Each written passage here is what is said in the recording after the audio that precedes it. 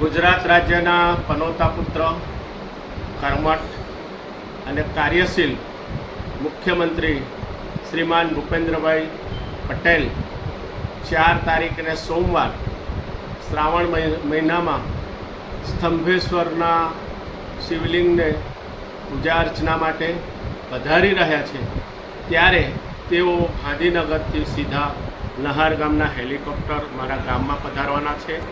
અમારું આખું ગામ એને સ્વાગત કરવાના છે અને આ મુખ્યમંત્રીની જે કામગીરી છે એ કામગીરીમાં દરેક મુખ્યમંત્રીઓમાં શ્રેષ્ઠ કામગીરી કરી હોય એ પ્રકારની એમની કામગીરી રહી છે. તેઓ કર્મચારીના પ્રશ્નો હોય, સરકારના પ્રશ્નો હોય, નીતિ વિષયક નિર્ણયો હોય, ઔદ્યોગિક વિકાસ હોય કે અન્ય કોઈ પણ બાબત ગુજરાતની હોય, એના આજ દિન સુધી પ્રશ્નો ઊભા થવા દીધા નથી અને કદાચ ઊભા થયા હશે તો તેમનું નિરાકરણ તાત્કાલિક લાવી દીધું હશે. એવા આ મુખ્યમંત્રી છે.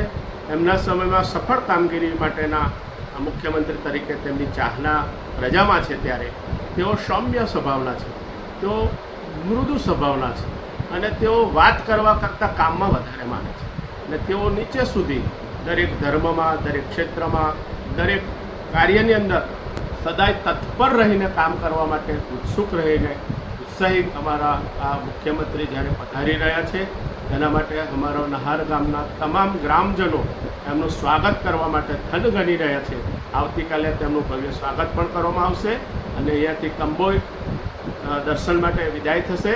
ત્યાર પછી પરત પાછા આવીને અહીંયાથી આગળના કાર્યક્રમ માટે રવાના થવાના છે. ગુજરાત રાજ્યના પનોતા પુત્ર, કર્મઠ અને કાર્યશીલ મુખ્યમંત્રી શ્રીમાન ભૂપેન્દ્રભાઈ પટેલ 4 તારીખને સોમવાર શ્રાવણ મહિનામાં સ્તંભેશ્વરના શિવલિંગને પૂજા અર્ચના માટે પધારી રહ્યા છે, ત્યારે તેઓ ગાંધીનગરથી સીધા નહાર ગામના હેલિકોપ્ટર મારા ગામમાં પધારવાના છે.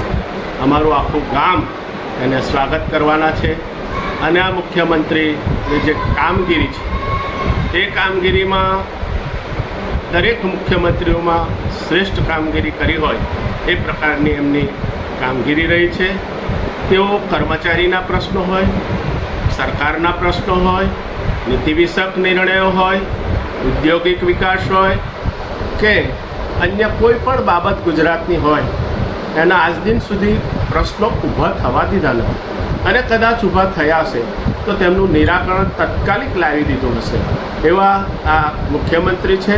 એમના સમયમાં સફળ કામગીરી માટેના મુખ્યમંત્રી તરીકે તેમની ચાહના પ્રજામાં છે, ત્યારે તેઓ સૌમ્ય સ્વભાવના છે, તેઓ મૃદુ સ્વભાવના છે અને તેઓ વાત કરવા કરતાં કામમાં વધારે માને છે અને તેઓ નીચે સુધી દરેક ધર્મમાં, દરેક ક્ષેત્રમાં, દરેક કાર્યની અંદર સદાય તત્પર રહીને કામ કરવા માટે ઉત્સુક રહીને ઉત્સાહી અમારા આ મુખ્યમંત્રી જ્યારે પધારી રહ્યા છે, એના માટે અમારો નહાર ગામના તમામ ગ્રામજનો એમનું સ્વાગત કરવા માટે થનગની રહ્યા છે.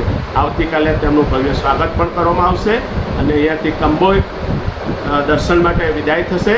ત્યાર પછી પરત પાછા આવીને અહીંયાથી આગળના કાર્યક્રમ માટે રવાના થવાના છે.